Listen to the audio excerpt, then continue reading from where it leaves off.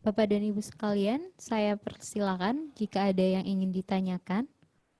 Oke, ada yang melalui kolom chat. Mohon maaf. Oh tidak, itu tadi saya yang sampaikan. Ya, silakan melakukan raise hand. Jika tidak ada, nanti saya coba panggil. Oke, sudah ada dari Pak John. Ya, silakan Pak John. Mohon bantuan untuk diklik unmute-nya. Ya, Pak John dapat melakukan unmute dari sendiri. Oke, halo Pak Ya, John. halo. Assalamualaikum Selamat warahmatullahi pagi Pak wabarakatuh. John. Selamat pagi menjelang siang, Mbak Sinta. Selamat siang Pak John. Ya, ini pelatihan yang kesekian kali yang saya ikuti dengan Bu Sinta. Jadi ini tapi perlu diulang-ulang terus ini. Dan sudah pernah Mudah-mudahan nggak mencoba bosan ya, Pak. menulis. Ini sudah 3 tahun pelatihan, tapi produknya, outputnya masih sedikit. Pernah menulis polisi brief 1 kali. Saya pengen diskusi dengan Bu Sita dan juga kawan-kawan nanti. Tadi sudah saya dengar, saya agak telat sedikit tadi gabung, tapi poin pentingnya dari kerangka policy brief ini tadi, ada beberapa hal dari mulai ringkasan eksekutif, mungkin tadi, judul, pendahuluan, hasil, dan rekomendasi. Nah, mungkin saya pengen memperdalam dari aspek kontennya. Suaranya bisa didengar dengan jelas, Pak, karena pakai masker ini. Sangat jelas, Pak. Oh, sangat jelas ya. Memang suaranya agak lebih gede. Ya, jadi terkait dengan pengalaman menulis 1 kali tapi nggak berani dipublikasi ini, 1 ringkasan eksekutif pernah disampaikan juga sampai ke pimpinan, artinya yang pimpinan tertinggi di provinsi. Nah, hanya memang masih masuk kotak ini yang jadi persoalan, masih masuk laci, kotak lacinya, jadi belum ada implementasi. Nah, sedikit saya pengen diskusi pengalaman dalam menulis ini. Pertama mengenai aspek apa nama view-nya ya, tampilan. Ini sepertinya tampilan kadang-kadang menjadi hal yang juga penting, baik dari segi bahannya, kertasnya juga, mungkin warna hurufnya, sampai ke tampilan, sampai ke mungkin aspek-aspek yang sangat detail, misalnya dari segi penomoran policy brief juga. Nah, di sini saya mengalami kendala dalam hal mungkin layout-nya ya, itu maksud saya itu layout-nya. Bagaimana dengan sebaik-baiknya kita bisa menampilkan poin pentingnya. Kadang-kadang kalau pejabat, pimpinan itu dia lihat di halaman depan saja. Nah, mungkin dilihat ukuran kertasnya, bahannya, mungkin gambar pertama yang dia lihat di sudut mananya, sampai dia baca apa sih sebenarnya masalahnya, baru langsung ke halaman belakang biasanya. Apa sih yang kalian rekomendasikan? Berikut pertanyaan yang kadang-kadang lebih detail, gimana nih melaksanakannya? Nah, itu mungkin pertanyaan pertama Bu Sita. Mungkin nanti dilanjutkan lagi. Ya. Ya, baik. Terima kasih Pak John. Baik, saya persilakan kepada Ibu Sita. Sepertinya nih Pak John, mungkin kita bisa usulkan mengenai ringkasan eksekutif ya Mbak. Biasanya kalau paling enak dibacakan awal. Silakan Ibu Sita. Terima kasih banyak Pak John. Iya, betul sekali. Jadi Bapak dan Ibu, dulu ini saya ini orang zaman dulu soalnya. Saya ini orang zaman dulu. Dulu kalau saya buka kotak pos gitu ya, itu saya dalam sehari mungkin bisa nerima berapa surat ya? Banyak banget. Banyak ya, zaman dulu belum pakai email, belum pakai apa-apa gitu ya. Orang kirim surat aja lah pokoknya lah ya. Banyak sekali. Ya sekarang sudah sangat-sangat berkurang sebetulnya. Tapi sekarang dalam bentuk email. Nah, dalam sehari nggak tahu berapa banyak email masuk begitu ya. Dan kadang-kadang email-email ini adalah email-email yang mempromosikan sesuatu. Saya yakin Bapak dan Ibu juga sering menerima email semacam itu. Nah, Ya, betul. ini dan kita pasti juga akan punya ini sendiri ya, punya judgement sendiri. Mana email yang mau saya buka dan mana email yang langsung saya buang begitu saja lah ya, langsung masuk ke trash bin gitu, atau saya malah masukkan ke spam gitu supaya nggak terima lagi besok-besok. kita punya judgement sendiri-sendiri. Entah baru dari baca subjeknya, entah baca pengirimnya siapa, ya tergantung. Dan betul ya. Dan ini juga berlaku sebetulnya dengan policy brief kita.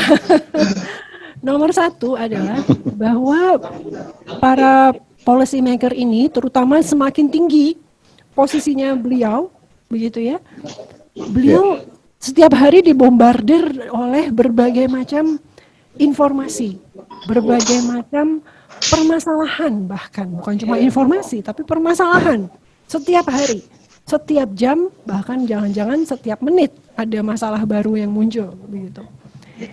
Jadi Bapak dan Ibu, policy brief yang Bapak dan Ibu buat itu bersaing dengan begitu banyak isu lain, begitu banyak prioritas lain, begitu banyak informasi lain. Oleh karena itu, betul Pak John, tampilan pertama itu yang paling membuat impresi gitu. Yang paling menentukan beliau itu mau baca apa tidak mau baca. Dan karena ini kita masih, termasuk saya juga, karena kita masih orang yang menyerahkan policy brief ini dalam bentuk tertulis, begitu ya, dalam bentuk dokumen. Makin banyak lagi indera yang terlibat dalam pengambilan keputusan untuk membaca atau tidak membaca. Yaitu tadi, kualitas kertasnya seperti apa, begitu ya. Iya.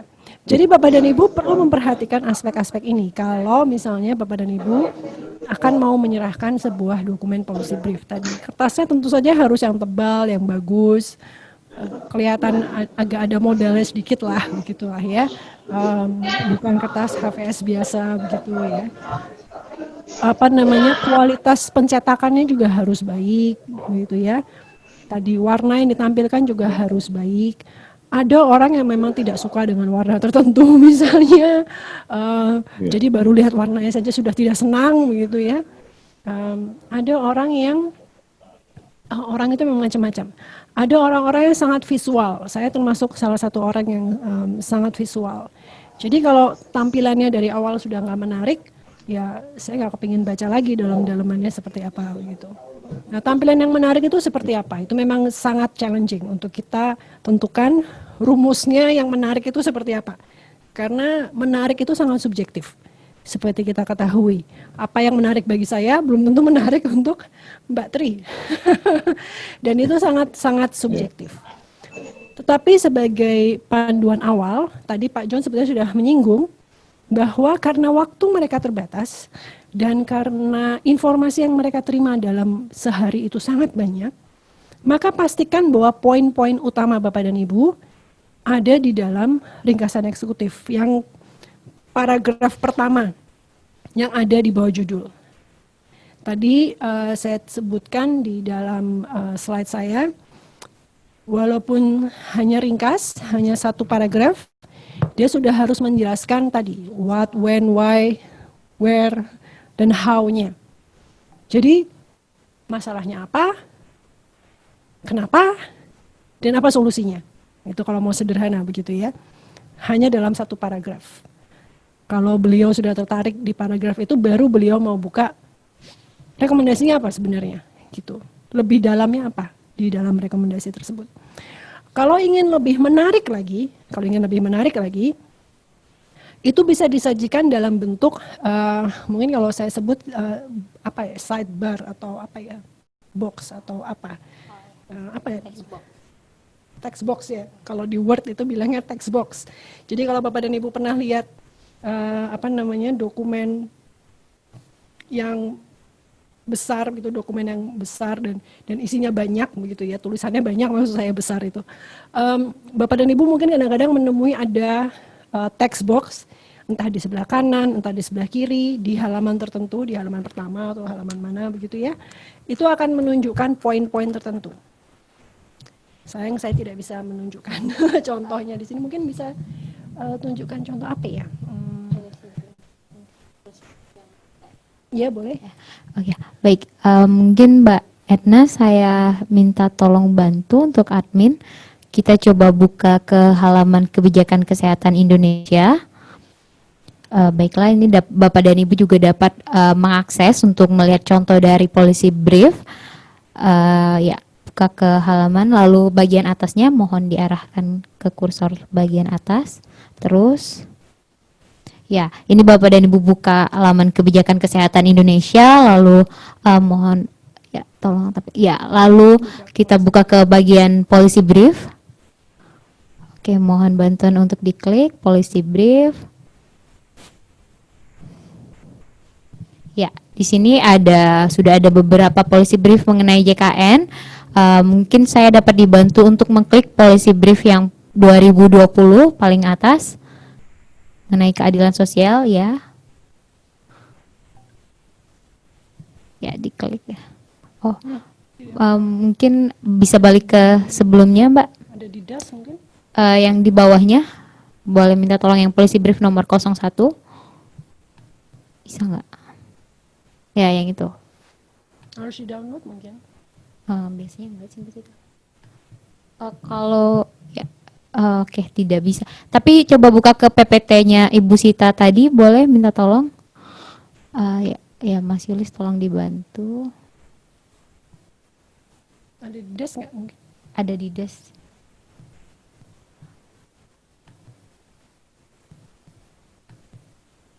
Ya.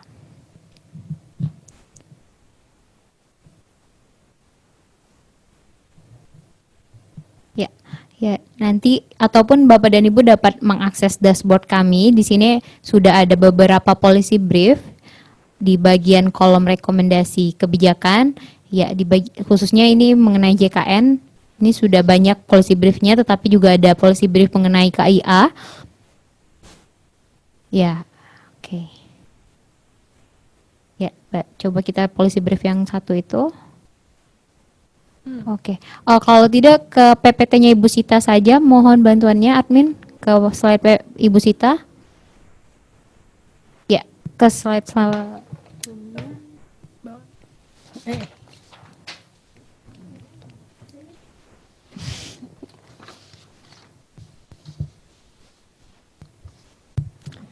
Ini Bapak dan Ibu lihat AC-nya kenceng banget nih, kertasnya sampai terbang-terbang. Oke. Ya, ini. Silakan Ibu Sita yang warna. Oke, terima kasih. Nah, jadi kita lihat di situ di ringkasan eksekutif hanya ada satu paragraf dan diberi warna lebih terang begitu dari yang lainnya untuk supaya dia lebih menarik secara visual begitu. Bisa dengan cara seperti itu atau bisa dengan membuat langsung di sebelah kiri atau sebelah kanan dari policy brief tersebut langsung bikin kotak juga seperti itu, diberi warna yang lebih terang dan langsung berikan poin-poin poin-poin masalah dan solusinya langsung di situ dalam bentuk poin-poin. Supaya apa? Supaya tadi langsung menarik perhatian karena mungkin beliau tidak ingin membaca terlalu banyak hal begitu. Atau seperti yang Bapak dan Ibu juga sering lakukan, misalnya mungkin kalau Bapak dan Ibu dulu ingat waktu menyusun tesis begitu ya, mungkin Bapak dan Ibu ingat bahwa yang namanya kutipan, ya, kutipan-kutipan itu kan ada banyak begitu ya, dan biasanya kutipan itu kan disusun dengan format yang lebih berbeda dibanding tulisan intinya begitu ya. Kenapa? Karena dia berusaha menarik perhatian kita. Nah, begitu juga dengan policy brief, kita bisa membuat kutipan itu. Jadi di dalam halaman ini misalnya bisa bikin hanya 1-2 kalimat begitu yang dipisahkan dari body text secara keseluruhan, ditampilkan untuk menyatakan masalah ini bisa diatasi dengan apa, plop gitu. Hanya 1-2 kalimat gitu. Nah, cara-cara ini menarik secara visual, tapi sekali lagi tentu saja menarik secara visual tidak akan berarti banyak kalau isinya tidak tidak evidence based, tidak cukup kuat, tidak cukup argumentatif begitu. Jadi itu adalah dua hal yang memang agak perlu kita perhatikan balance-nya begitu. Antara isinya, kontennya dengan visualisasinya, dengan tampilannya. Nah, mungkin pada saat pelatihan kita yang berikutnya ya, minggu depan ya, mungkin pada saat pelatihan minggu depan saya bisa tunjukkan contoh-contohnya Pak John, bagaimana cara kita bisa menarik menarik secara visual Siap, Mbak. poin-poin yang ingin ditonjolkan dari policy brief ya. Nanti saya catat Pak, supaya saya Ya, bukan contoh-contohnya. Terima kasih Pak John. betul. Ya, baik. Ya, Terima makasih. kasih Pak John. Bu Sita. Ya, terima kasih Pak John dan Ibu Sita. Baiklah Ibu Sita, ini masih ada beberapa slide lagi, mau dilanjutkan lebih dulu? Oh ya, baik. Silakan. Baik, saya masih punya beberapa slide lagi. Saya lanjutkan ya. Jadi setelah kita tadi belajar tentang apa kerangka yang kita perlu punya untuk menyusun policy brief, lalu apa isinya, poin-poin isinya apa saja, maka kita kembali lagi ke awal, yaitu sebetulnya apa masalah yang kita angkat. Jadi ini bicara mengenai kontennya, ya, kontennya. Apa masalah yang mau kita angkat? Nah, ini kadang-kadang merupakan hal pertama yang harus kita pikirkan secara mendalam, karena ya itu tadi ya, menurut kata orang bijak gitu, kalau masalahnya kita bisa formulasikan dengan tepat, maka separuh dari masalahnya sebetulnya sudah selesai begitu. Karena apa? Karena seringkali yang terjadi adalah mungkin kita merumuskan masalahnya kurang tepat, sehingga solusinya yang juga tidak tepat yang ditawarkan. Dan ini memang cukup apa ya, saya mau menyatakan cukup sensitif begitu ya. Karena apa yang kita anggap sebagai masalah mungkin buat orang lain bukan masalah gitu kan ya. Kalau orang zaman sekarang bilangnya masalah buat lo. Gitu kan, buat gue sih enggak gitu. Jadi dengan kata lain Bapak dan Ibu, perumusan masalah kebijakan ini adalah tahap yang paling penting. Paling penting kalau Bapak dan Ibu ingin menulis policy brief. Nah, masalah itu sebetulnya karakternya seperti apa? Nah, yang kita semuanya mungkin sudah sangat pahami. Masalah itu biasanya kompleks.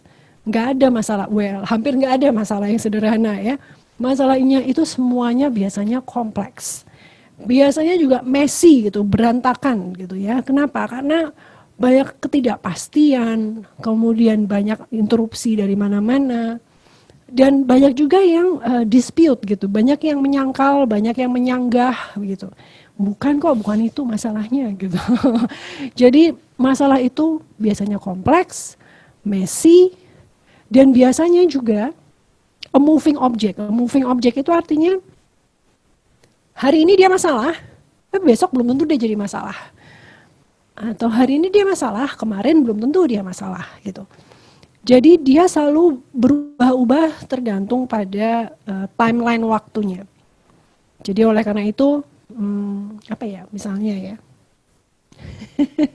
saya mau kasih contoh pribadi lagi nggak apa-apa ya. Jadi kayak misalnya gini, Bapak dan Ibu, duit itu akan jadi masalah kalau tanggal tua, ya nggak sih? Ya, duit itu akan jadi masalah kalau tanggal tua. Kalau tanggal muda dia nggak masalah, gitu kan? Buat orang-orang yang gajiannya pada awal bulan, gitu ya. Nah, dia baru akan mendesak kalau kita udah butuh, gitu kan? Dia baru akan mendesak kalau kita udah butuh. Nah, begitu juga dengan masalah kebijakan. Masalah kebijakan itu bisa saja bukan merupakan masalah pada saat kebijakan tersebut disusun, tapi pada saat dia berjalan seiring dengan waktu dan seterusnya sudah mendapatkan pengaruh-pengaruh dari A, B, C, D, X begitu ya, dia lalu menjadi masalah. Dia tadinya bukan masalah, tapi ternyata ada orang-orang lain yang mensabotase sehingga dia menjadi masalah begitu. Jadi masalah itu moving object. Dia selalu berubah, tidak kadang-kadang menjadi prioritas, kadang bukan menjadi prioritas, dan seterusnya. Oleh karena itu, pada saat kita mencoba mendefinisikan masalah, kita harus memahami hal-hal ini. Nah, biasanya kalau kita sebut itu masalah, itu ada patokannya begitu. Patokannya apa? Mungkin dia salah berdasarkan teori. Contohnya, ya, contohnya kalau kita bicara misalnya apa ya, perdebatan mengenai, katakanlah perdebatan mengenai uh, sistem jaminan kesehatan nasional begitu ya. Nah mungkin kita akan berdebat pada masalahnya itu apa, tergantung pada teori mana yang kita acu begitu. Kalau menurut teori ini gitu ya, ini masalah gitu. Tapi mungkin ada orang lain bilang, wah ya tapi itu harus ingat juga teori X gitu ya, itu bukan masalah kalau itu teori X gitu. Jadi mendefinisikan masalah kadang-kadang didasarkan pada acuan teori tertentu. Ada juga masalah-masalah yang tidak punya dasar teorinya, tetapi merupakan norma. Jadi kalau dia sudah dalam bentuk norma, norma itu kan tidak tertulis ya, seringkali dia hanya merupakan kesepakatan umum begitu, social norms. Nah itu juga bisa menjadi masalah. Misalnya apa?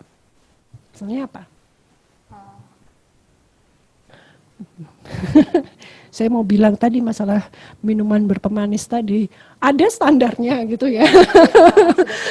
Iya, ada standarnya minuman berpemanis. Kita kalau minum gula atau makan gula dalam sehari itu harusnya cuma sekian loh banyaknya gitu. Itu standarnya, itu teorinya.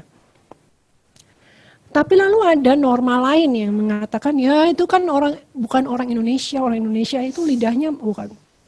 Tidak terbiasa. Orang Jawa, saya akan bilang orang Jawa tuh lidahnya manis gitu, nggak bisa kalau misalnya gulanya minum teh cuma gula segitu nggak bisa gitu ya, belum manis gitu. Tapi mungkin buat orang-orang dari daerah lain ini udah manis banget gitu, ini udah keterlaluan manisnya. Jadi itu adalah kesepakatan atau norma sosial, tidak ada tertulisnya, kadang-kadang bertentangan dengan teorinya, tapi itu adalah kesepakatan norma sosial. Tapi ada juga yang mengacu masalah pada benchmarking.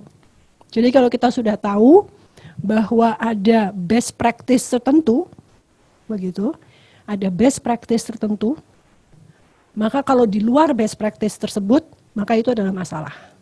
Misalnya sudah ada penelitian yang menunjukkan bahwa kalau orang minum atau makan gula lebih dari sekian, itu akan punya dampak terhadap penyakit A, B, C, D, X begitu.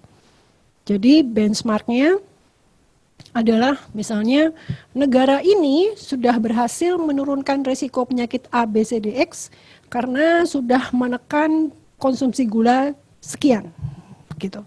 Nah itu benchmarking, kita berkaca kepada orang lain, kita berkaca kepada best practice. Jadi ada macam-macam cara untuk mendefinisikan apa itu masalah. Nah, masalahnya adalah masalah dari masalahnya adalah bahwa kita perlu punya yang namanya framing. Kenapa? Karena kalau kita mengacu kepada teorinya lagi dalam teorinya itu sebuah masalah itu punya jalurnya sendiri-sendiri. Jadi ada yang namanya policy stream gitu ya, ada yang namanya political stream, ada yang namanya apa? Policy stream.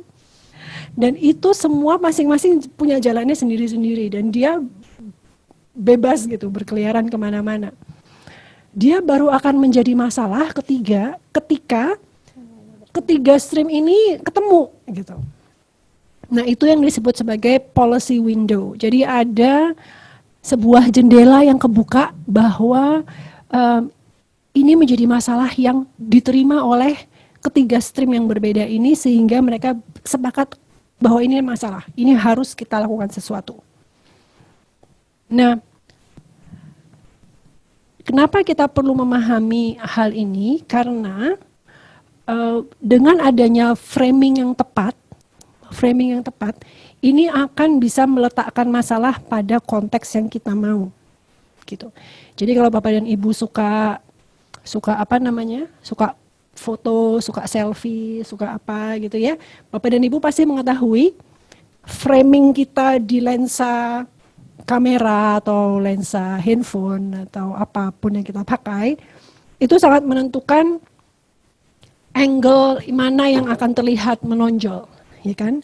Kalau dari depan begini berarti semuanya kelihatan, ya.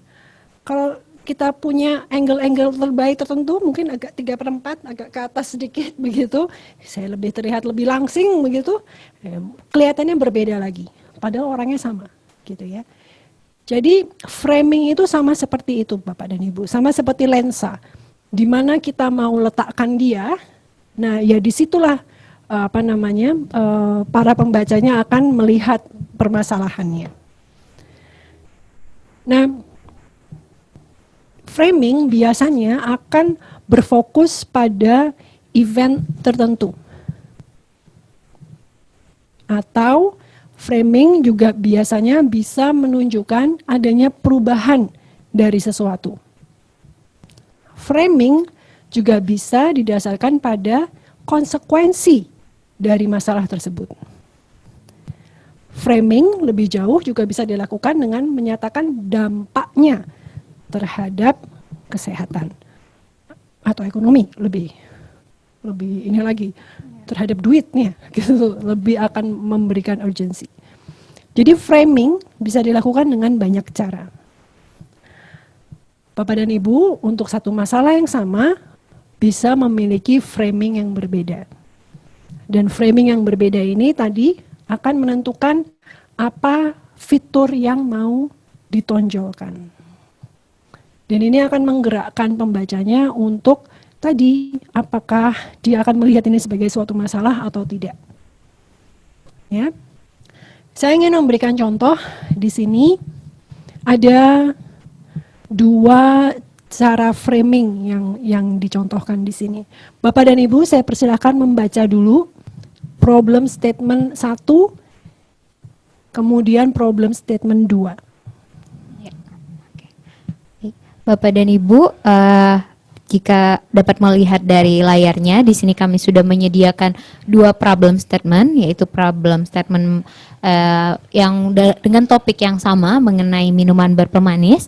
Ya, kami persilakan untuk Bapak dan Ibu membaca. Nanti akan kami tanyakan pendapat Bapak Ibu mengenai problem statement 1 dan problem statement kedua.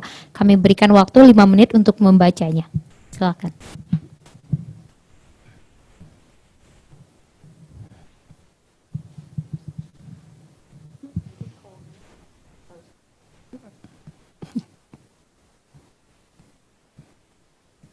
Oh ya, SSB itu adalah sugar sweetened beverages. Maaf, soalnya yang di problem statement 1 nggak ditulis SSB itu apa.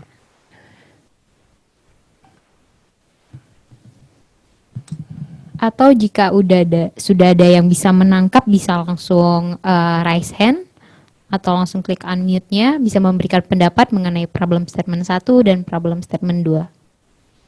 Apakah problem statement 1 itu sudah bisa dikatakan sebagai masalah atau justru sebenarnya belum? Atau mungkin problem statement 2 yang sebenarnya bukan merupakan suatu masalah. Ya, dapat Bapak dan Ibu sekalian langsung melakukan raise hand atau klik unmute.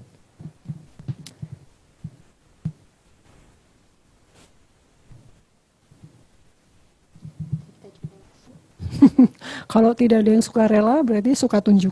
Iya. Suka materi yang nunjuk. Iya, saya suka tunjuk ini. Kalau nggak ada yang mau suka rela. Oke, mungkin dari yang paling atas, Pak Ahmad Hidayat. Mohon bantuan untuk diklik unmute-nya. Halo, selamat pagi Pak Ahmad Hidayat. Pagi, masih baca dulu nih. Oh, masih baca Pak. Ya, nggak apa-apa. Saya coba ya. Iya, silakan. Saya coba sebentar ya. Saya pilih problem statement 1 sudah lebih ke sesuai ya. Oke, baik.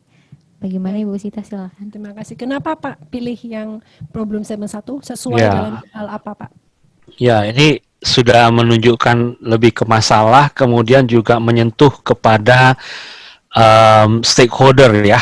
Pertama adalah konsumen itu sendiri, kemudian ada industri, kemudian juga melihat kepada impact mortality. Oh sorry, mortality ada di sini atau di bawah tadi ya? Oh di bawah ya, di satunya ya. Di nomor 2. Ya, saya lebih cenderung untuk melihat impact kepada kesehatan yang lebih. Tapi ini ternyata ada di problem statement 2 ya, bukan di problem statement 1 yang bicara mortality dan morbidity. Iya, di problem statement 2. Ya. Jadi Ya, tapi nggak apa-apa Bu, untuk exercise saya pilih satu aja dulu. Oke. Baik, Oke, terima kita kasih. tampung dulu ya Ibu Sita, mungkin nanti kita dengarkan dari yang lainnya juga. Ya. Silakan langsung melakukan raise hand ataupun angkat tangan. Tapi kalau Bapak Ibu ada yang kesulitan signalnya bisa melalui kolom chat. Jika tidak ada yang sukarela, saya suka tunjuk lagi ini. Mungkin ke Ibu Hilda. Halo, selamat pagi Bu Hilda. Mohon bantuan untuk diklik unmute-nya.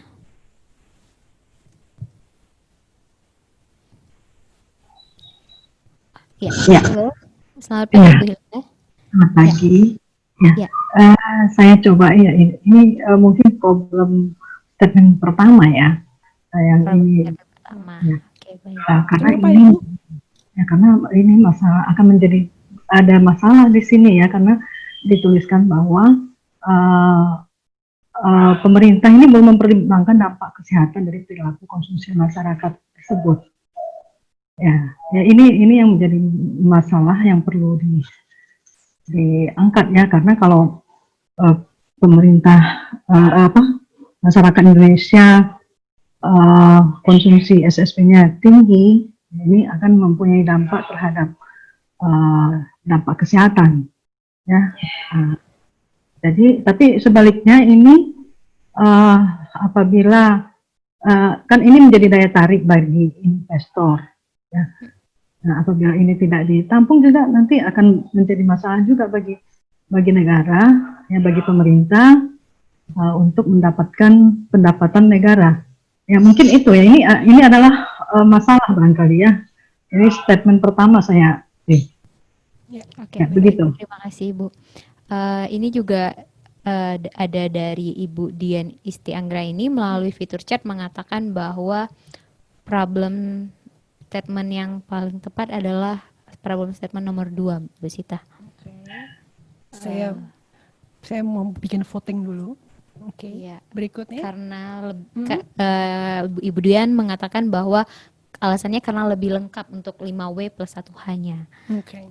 Ya, Ibu Tritias juga mengatakan problem statement 2 karena mengandung data, dampak kesehatan dan ekonomi dari terjadinya konsumsi SSB yang berlebihan.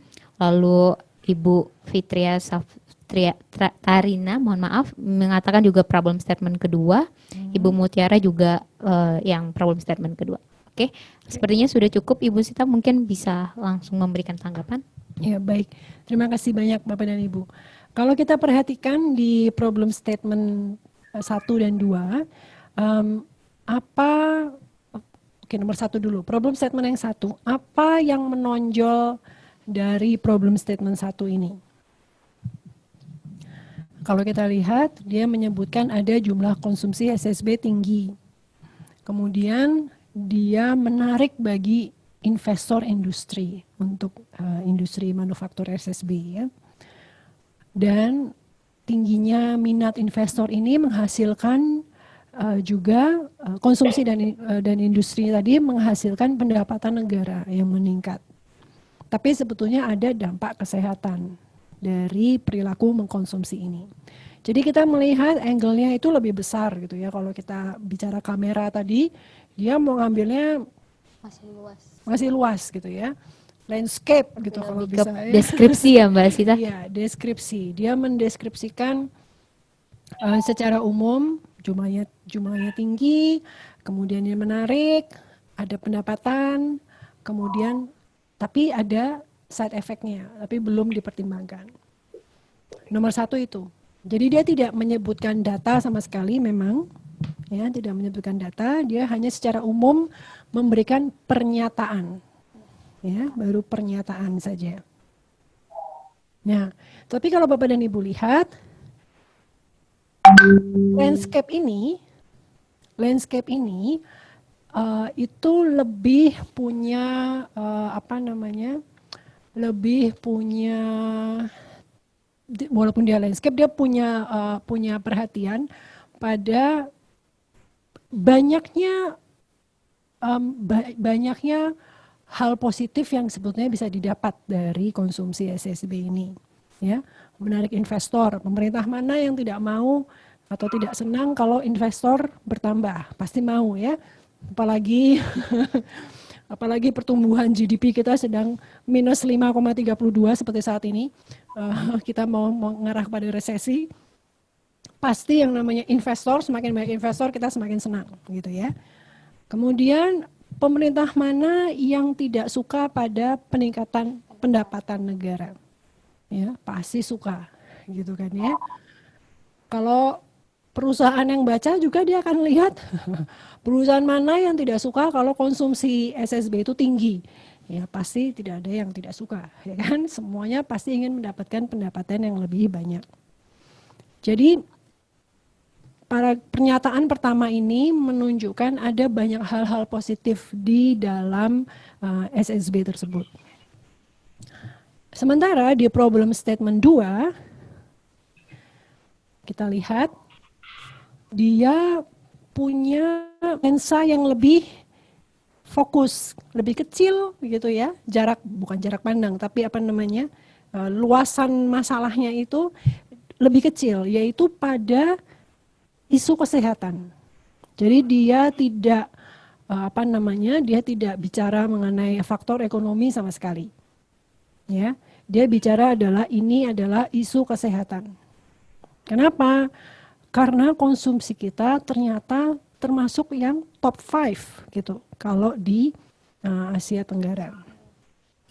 Terus bahwa konsumsi SSB ini punya resiko kontribusi terhadap tingginya mortality dan morbidity terhadap masyarakat Indonesia karena ada resiko penyakit diabetes, obesity, yang akibatnya adalah tingginya biaya kesehatan untuk menangani isu diabetes dan obesitas ini. Ya. Kemudian dia juga menunjukkan bahwa masalah konsumsi ini sebetulnya bukan sekedar masalah perilaku masyarakat, tetapi masalah dari rendahnya harga minuman tersebut sehingga dia lebih affordable, kurangnya regulasi, kemudian ada faktor pengaruh dari industri manufakturnya, dan juga marketing strategi yang sangat jitu gitulah ya katakan. Jadi problem statement yang kedua, dia lebih fokus kepada dampak kesehatan dari minuman tersebut, dampaknya terhadap biaya kesehatan, dan penyebabnya kenapa konsumsi SSB ini tinggi. Lalu mana problem statement yang lebih tepat? Mungkin buat Bapak dan Ibu tadi menyebutkan problem statement yang ada yang menyebutkan ini lebih lengkap dan ada data gitu ya, problem statement yang kedua gitu. Ada yang menyebutkan juga problem statement yang pertama begitu. Nah, tepat tidaknya problem statement itu sekali lagi tergantung kepada siapa sasaran kita. Ya, siapa sasaran kita?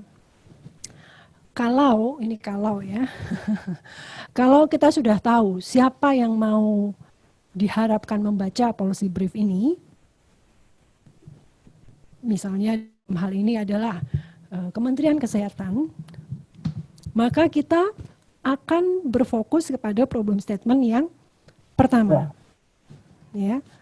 Kenapa? Karena kita banyak meng-highlight mengenai isu-isu kesehatan di dalamnya.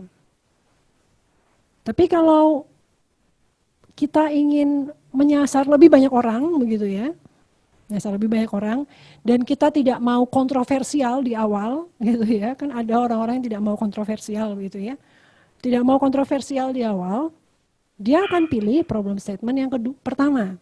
Kenapa? Karena sifatnya lebih umum, lebih tidak menjudge, tidak memojokkan begitu, sehingga yang pertama akan lebih netral, bisa diterima oleh banyak pihak.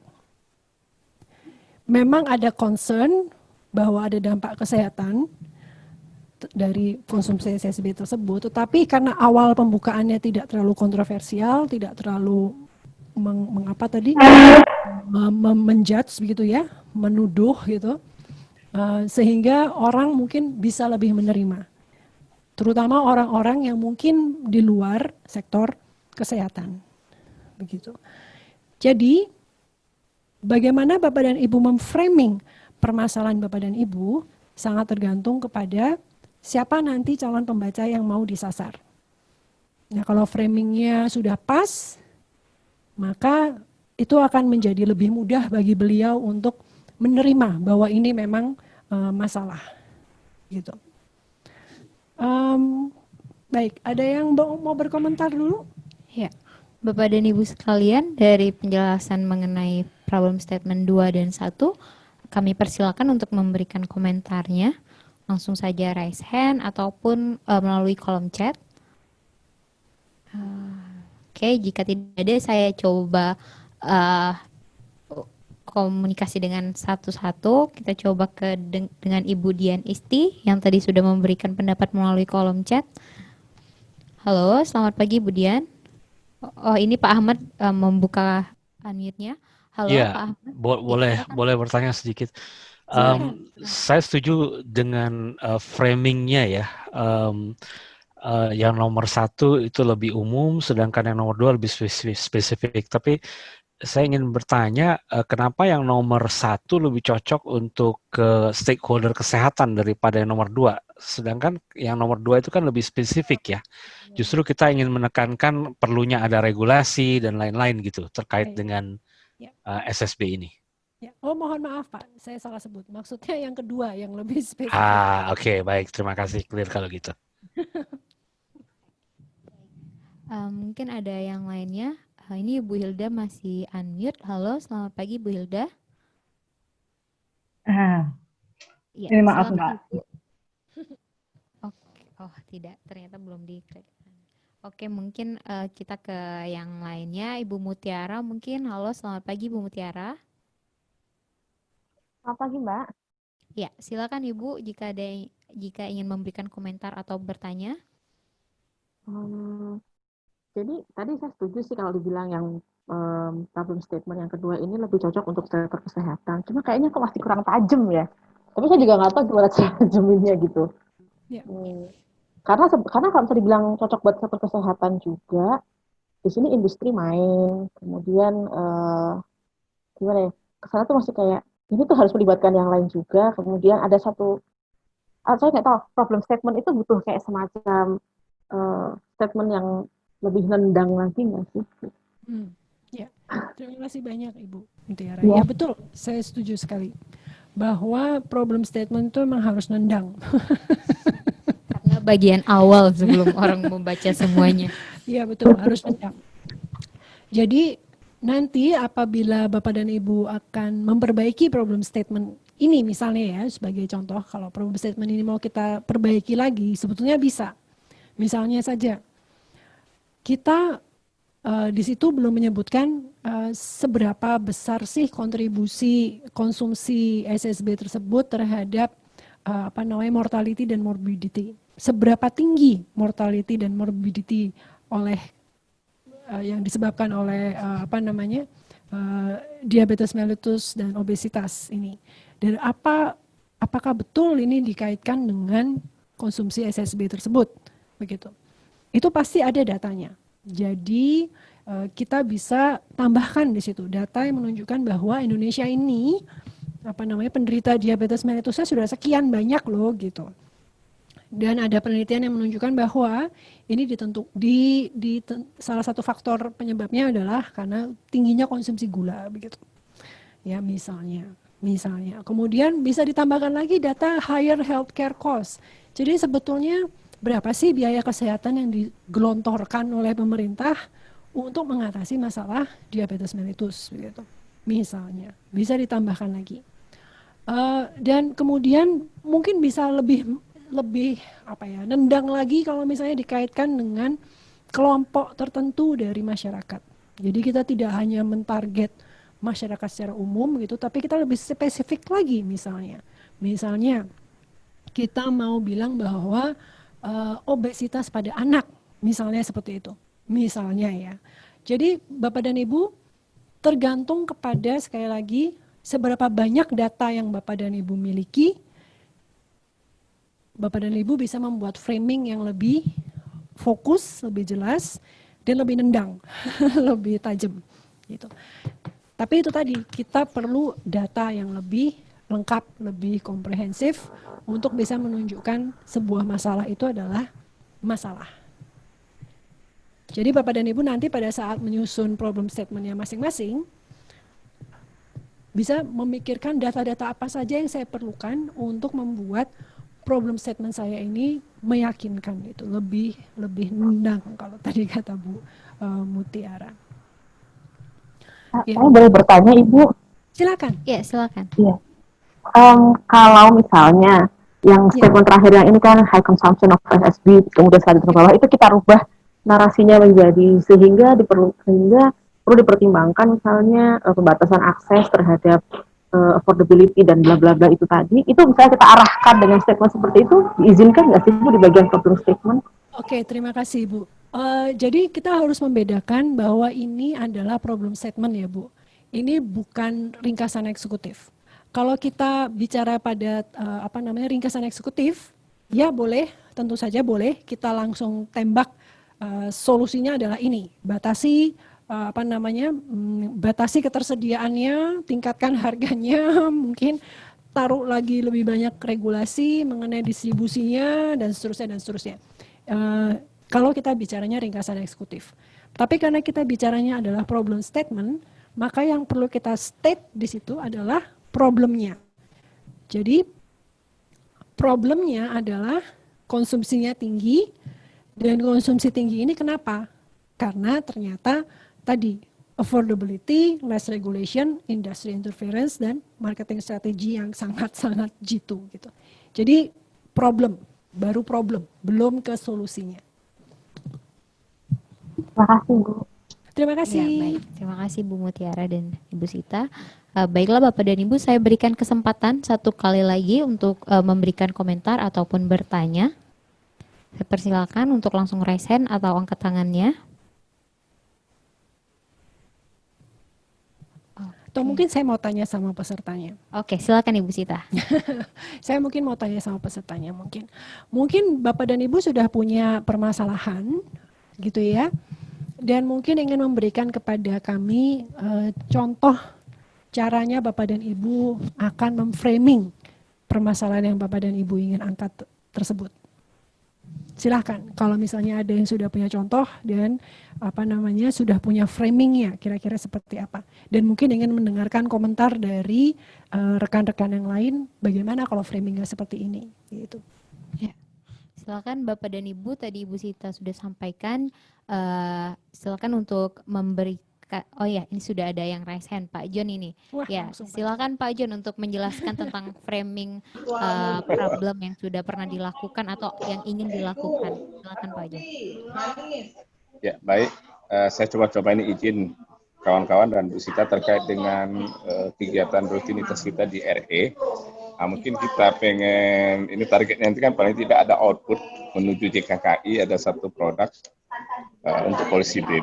Mungkin saya mencoba menguraikan dengan kalimat.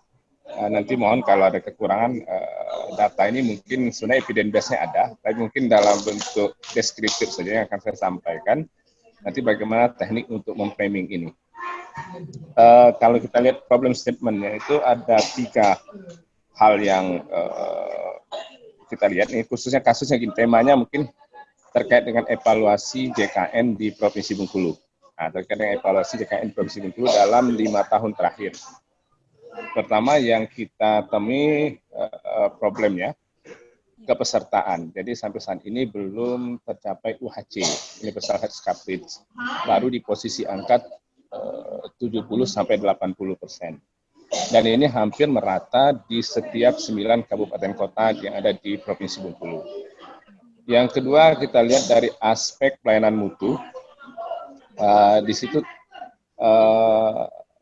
mungkin persoalan-persoalan terkait juga akses daripada kepesertaan terhadap paket manfaat yang didapatkan, karena pertama masih banyaknya rumah sakit yang mungkin belum memenuhi standar pelayanan minimal, khususnya untuk pelayanan yang terkait dengan paket manfaat untuk pelayanan JKN, sehingga pelayanan-pelayanan yang mereka dapatkan masih bersifat pelayanan, baik itu rujukan, itu masih tidak jauh beda dengan pelayanan dasar yang ada di FKTP. Yang ketiga mungkin dari segi mungkin dua itu dulu Mbak yang di framing. Jadi intinya pertama, penyelenggaraan JKN belum berhasil dengan baik, masih ada kendala termasuk dari iuran kepesertaan, juga pesertanya belum bertambah, di samping juga fasilitasnya yang masih terbatas, sarana prasarana, SDM-nya. Ya mungkin nanti teknik memframing problem statement dari hal ini seperti apa nanti. Mungkin itu sementara Mbak, supaya tidak berpanjang lebar. Baik, terima kasih Pak John. Ya, Ibu Sita mau langsung dijawab? Oke, Silakan. baik, terima kasih banyak Pak John.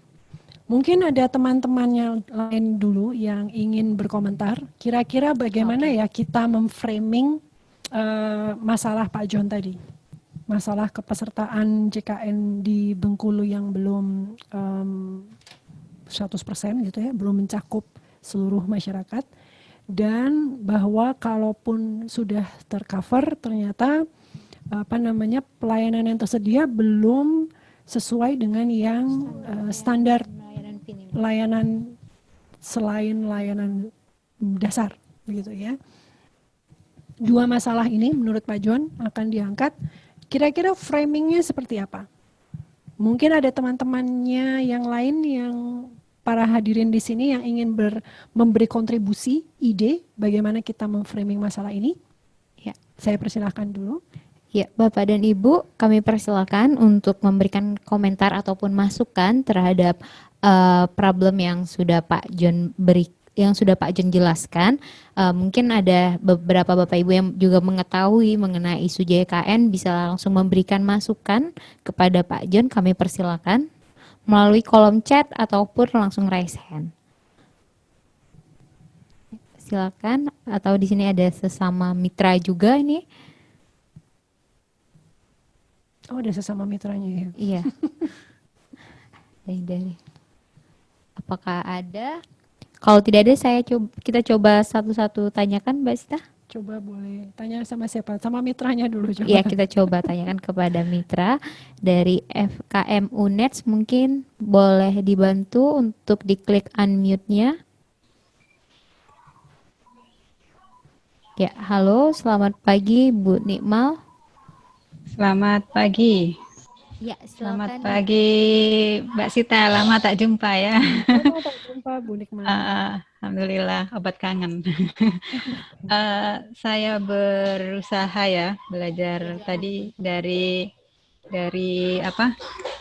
statement problem yang disampaikan oleh Pak John tadi, mencoba memframing. Tadi kan persoalan yang diajukan adalah kepesertaan ya yang masih jauh dari UHC. Sepertinya itu masalah Indonesia juga ya, di berbagai wilayah termasuk di wilayah Jember juga.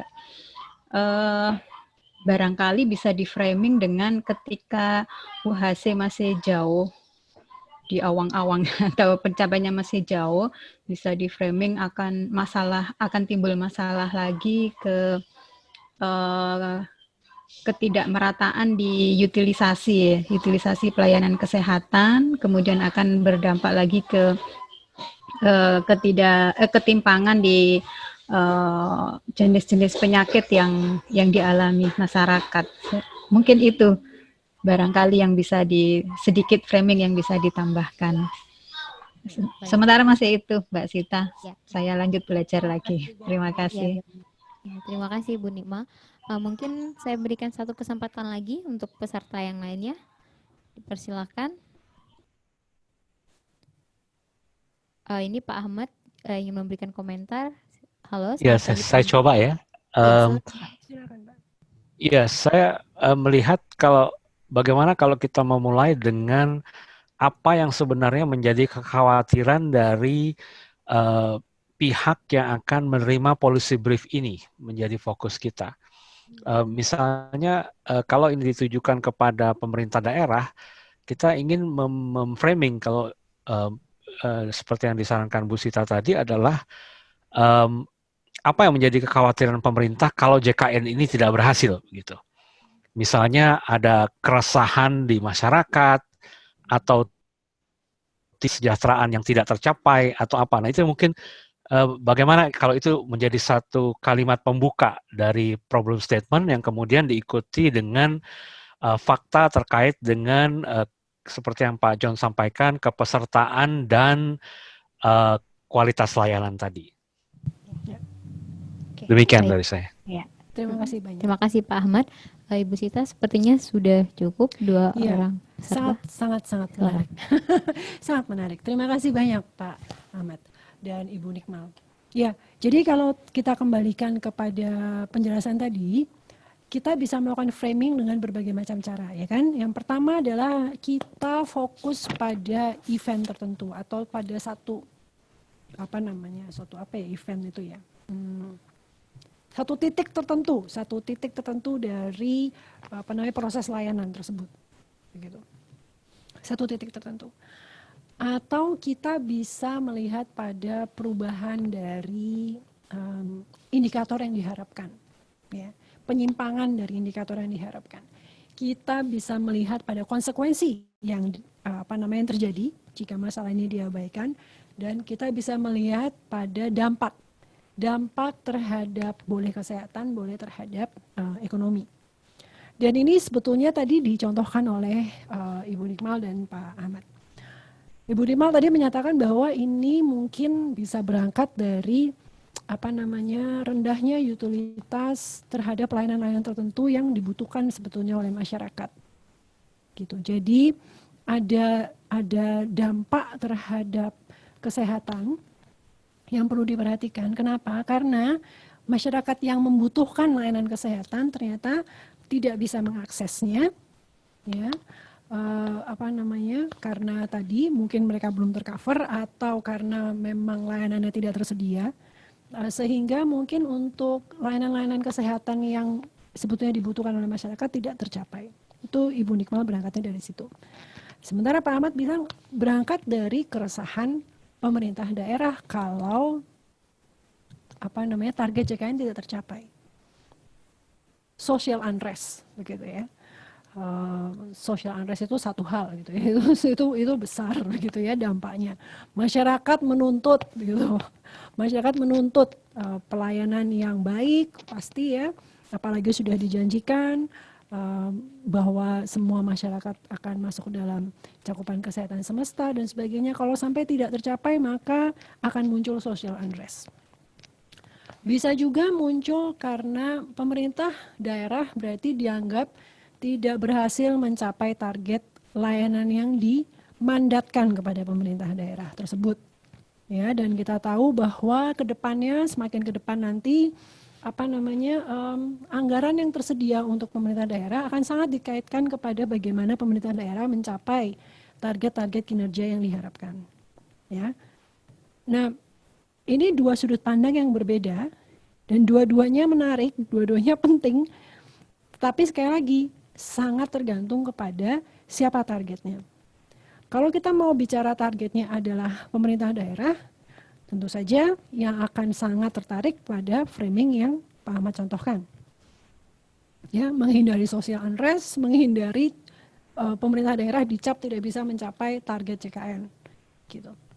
Sementara yang satunya, framing Ibu Nikmal, lebih kepada dampaknya terhadap kesehatan. Dampaknya terhadap status kesehatan dari masyarakat Bengkulu nantinya. Nah, ada banyak lagi contoh framing lain. Tadi bisa dicontohkan tadi misalnya bagaimana dengan cita-cita undang-undang JKN itu sendiri gitu. Apakah pemerintah Bengkulu bisa mencapai cita-cita undang-undang JKN tersebut? Kenyataannya seperti apa? Dan seterusnya. Jadi bisa difokuskan pada banyak hal. Bisa di framing dengan berbagai cara. Tinggal Pak John memilih framing untuk pembicara saya, framing untuk pembaca saya, itu yang paling tepat yang mana? Kalau kita bicaranya nanti adalah, kalau gitu nanti masalahnya yang akan ditonjolkan yang kepesertaannya saja gitu, yang lebih ditonjolkan begitu. Bisa kalau masalah akses ke fasilitas layanan kesehatan yang tersedia masih standar dan sebagainya, itu bisa dibahas pada policy brief yang lain mungkin. Gitu. Jadi Pak John bisa memilih dari satu permasalahan yang Pak John temui ini, Pak John bisa bikin 2 atau 3 policy brief yang berbeda. Kita bisa bicara pada masalah tadi misalnya equity-nya begitu ya. Apakah layanan tersedia untuk seluruh masyarakat di Bengkulu pada saat mereka membutuhkan gitu. Bisa pada tahap itu, bisa pada tahap apa konsekuensinya bagi pemerintah daerah kalau sampai tidak tercapai cakupan kesehatan semestanya. Bagaimana kalau masyarakat sampai tahu gitu bahwa kita ternyata belum bisa mencapai hal ini gitu. Dan itu framing yang saya pikir sangat menarik sebetulnya, karena itu akan mendesak pemerintah atau mendesak pemerintah daerah paling tidak untuk melakukan sesuatu. Ya, terima kasih. Oke, baik. Terima kasih Bu Sita atas responnya. Pak John, bagaimana? Apakah sudah cukup jelas? Ya, terima kasih kawan-kawan. Mungkin masukan-masukan yang diberikan ini menjadi hal yang penting nanti mungkin sebagai kerangka berpikir baru bagaimana sebenarnya seperti yang disampaikan oleh Bu Sita dan kawan-kawan tadi. Konteks framing ini sangat penting karena ini hal yang akan kita tonjolkan dalam hal di policy brief sehingga nanti hal-hal yang terkait dengan rekomendasi mungkin bisa dimulai dari apa yang ingin kita framing ini. Terima kasih Bu Sita dan kawan-kawan. Ya, terima kasih Pak John. Baik, terima kasih Pak John. Ibu Sita, ini karena mengingat waktunya sudah pukul 11, maka pelatihan hari ini mungkin akan kita sudahi dulu. Dan nanti kami juga akan informasikan kepada Bapak dan Ibu sekalian pertemuan selanjutnya kita tanggal 18 Agustus. Dan untuk menyambut pelatihan pertemuan kedua, nanti saya akan mengirimkan lembar tugas yang akan dikerjakan dan nanti kita review bersama di pertemuan keduanya. Nanti akan saya kirimkan melalui melalui WA pribadi Bapak dan Ibu sekalian. Baiklah Bapak dan Ibu sekalian, dapat kita simpulkan pelatihan hari ini tadi Ibu Sita sudah menjelaskan mengenai policy cycle atau bisa disebut dengan proses kebijakan yang dimana di situ ada beberapa tahap dan dalam setiap tahap itu Bapak Ibu sekalian dapat memanfaatkan untuk menyusun policy brief, untuk memberikan masukan kepada pengambilan keputusan dan memberikan opsi-opsi ataupun rekomendasi kebijakan untuk perbaikan suatu kebijakan. Dan dari hal yang terpenting dalam penyusunan policy brief ini adalah problem framing yang tadi sudah Ibu Sita jelaskan dan juga Bapak dan Ibu sekalian berpartisipasi bahwa di problem framing sendiri kita harus punya fokus eventnya, kita harus fokus terhadap suatu kejadian, suatu masalah ataupun suatu tragedi itu kita harus sebutkan di dalam problem framing. Lalu juga ada perubahan indikator yang terjadi di dalam framing tersebut dan juga ada dampak yang terjadi jika masalah itu diabaikan. Nah, Bapak dan Ibu sekalian, sekian pelatihan kita hari ini. Untuk materinya ataupun video dari pelatihan hari ini dapat Bapak Ibu akses melalui website Kebijakan Kesehatan Indonesia. Mungkin mohon dibantu untuk admin untuk menampilkan website Kebijakan Kesehatan Indonesia. Oke, saya coba arahkan. Ya, Bapak Ibu buka halaman Kebijakan Kesehatan Indonesia, lalu di bagian kanan ini ada pelatihan penulisan policy brief yang berwarna hijau kuning. Silahkan diklik nanti di sini. Silahkan diklik, lalu nanti akan tertampil ke AK-nya, lalu nanti di bawahnya akan ada video maupun materi pelatihan kita hari ini. Untuk lembar tugas saya informasikan lagi akan kami kirimkan melalui nomor pribadi Bapak dan Ibu sekalian, dan kami harapkan dapat dikerjakan untuk kita review bersama pertemuan selanjutnya. Baiklah Bapak dan Ibu, pelatihan pada hari ini kita sudahi. Saya mohon maaf jika ada tutur kata yang salah. Pastilah pelatihan hari ini memberikan manfaat, asalkan kita semuanya mau terus berlatih hingga dapat menghasilkan policy brief yang layak. Sekian saya ucapkan atas partisipasinya, mohon maaf jika ada kesalahan. Terima kasih dan selamat siang.